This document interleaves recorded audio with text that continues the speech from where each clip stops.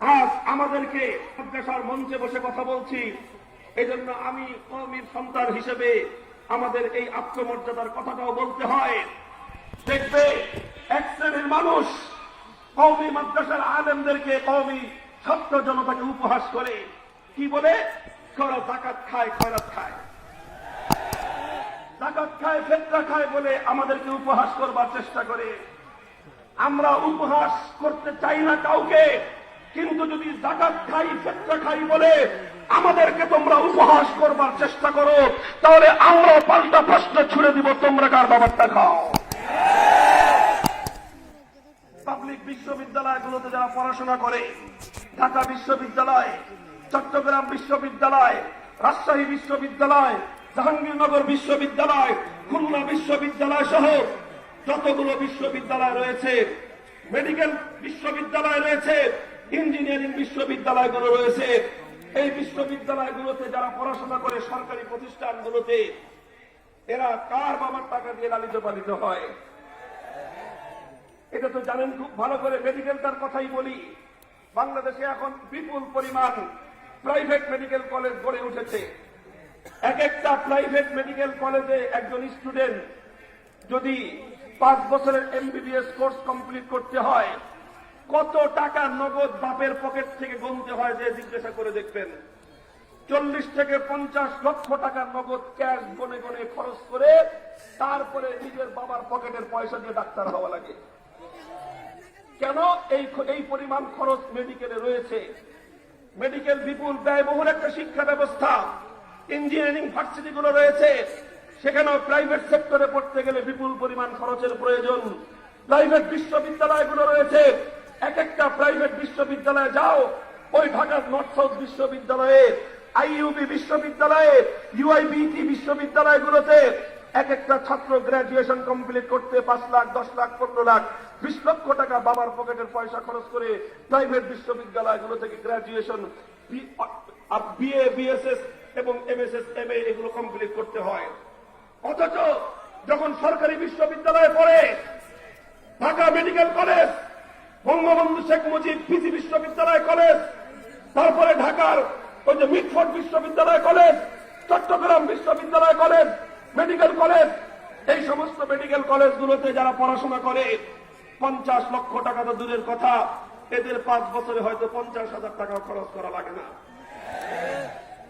তাহলে প্রাইভেটে পড়তে 50 লক্ষ টাকা লাগে, সরকারিতে পড়ালেখার মান আরো উন্নত, ইনস্ট্রুমেন্ট, মেডিকেল যেই সমস্ত যন্ত্রপাতি সেগুলো উন্নত, সব ফ্যাসিলিটি উন্নত, তাহলে এখানে তো খরচ আরো বেশি লাগবার কথা, এবং খরচ আরো বেশি হয়, খরচ আরো বেশি হয়।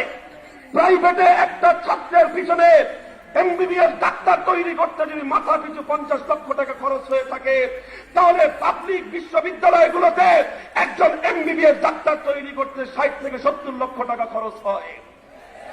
অথচ সে দেয় মাত্র 20,000, 30,000 টাকা, আর বাকি 50 লাখ, 60 লাখ টাকা কার বাবার পকেট থেকে আসে? কোন দাদা বাবুরা দিয়ে যায় না, কারো কোন বাবার তালুকদারি বিক্রি করে এগুলো চলে? এগুলো চলে এদেশের মানুষের মাথার ঘাম পায়ে ফেলানো ট্যাক্সের পয়সা দিয়ে। কে দেয় ট্যাক্স? আমরা ট্যাক্স আদায় করি সরকারের কাছে। আমি একজন ট্যাক্স পেই, একটা দেশের নাগরিক, আমার 3 সার্টিফিকেট আছে। আমরা এরকম ভাবে সাধারণ নাগরিকরা সরকারকে ট্যাক্স প্রদান করি। বড় লোকরা সাধারণত শুধু ট্যাক্স ফাঁকি দেয়। ট্যাক্সেশন ইকোনমিক্সের স্টুডেন্ট হিসেবে আমাদের জানা আছে যে এই কর ব্যবস্থাপনায় শিল্পপতিরা, কোটি কোটি কোটি টাকার মালিক যারা কোটিপতি, এরা কেউ কর দেয় না। অধিকাংশ ক্ষেত্রে এরা সব কর ফাঁকি দেয়। কেমনে কর ফাঁকি দেওয়া লাগে সব এদের জানা আছে। এরা ব্যাংকগুলো থেকে শত শত নয়, হাজার হাজার কোটি টাকার লোন নিয়ে থাকে। এদের সম্পদ 300 কোটি টাকার থাকলে ব্যাংকের কাছে লোন আছে 500 কোটি টাকা। ওই যে দেখো 3 কোটি টাকা দামের পাজেরো হাঁকায়, বিএমডব্লিউ হাঁকায়, এগুলো সব জনগণের টাকা। 500 কোটি টাকা ব্যাংক থেকে লোন নেয়, অ্যাসেট আছে তার 300 কোটি টাকা, সরকারকে দেখায় আমি তো আরো উল্টা 200 কোটি টাকার ঋণ খেলাফি, আমার তো ঋণ আছে, আমার তো সম্পদ নাই, এই মাটিতে আমার চেয়ে বড় ফকির আর কেউ নাই।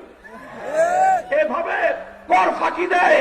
শিল্পপতিরা কর দেয় না, ইন্ডাস্ট্রিয়ালিস্টরা রাষ্ট্র এবং সরকারকে তার প্রাপ্য কর দেয় না। বড় বড় লোকেরা, শিল্পপতিরা রাষ্ট্র এবং সরকারকে যেটা উপযুক্ত যেই কর ট্যাক্স দেওয়ার কথা সেই ট্যাক্স তারা পরিশোধ করে না। তাহলে রাষ্ট্র সরকার চলে কিভাবে? চলে এইভাবে, সাধারণ মেহনতি মানুষ, কৃষক, শ্রমিক, মজদুর মাথার ঘাম পায়ে ফেলে রিক্সা চালায়, ধ্যান গাড়ি চালায়, ঠেলা গাড়ি ঠেলে, নৌকার মাঝি।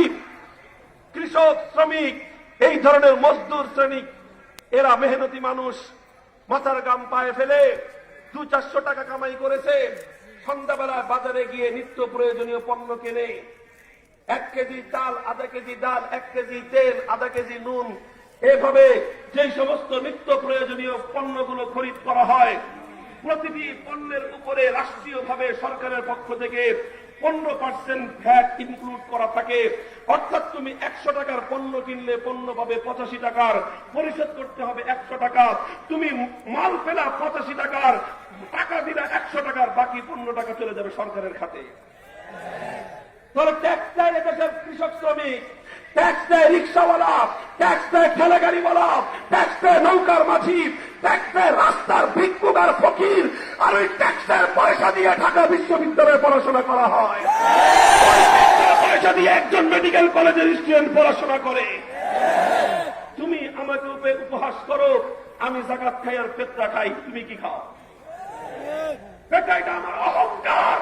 আমি গৌরব করে বলতে পারি, আমি আমার আল্লাহর পক্ষ থেকে নির্ধারিত বড় লোকের সম্পদের উপর নির্ধারিত ট্যাক্স, যাকাতের পয়সা আমি খাই, আর তুই ভিক্ষুকের ট্যাক্সের পয়সা খেয়ে পড়াশোনা করিস।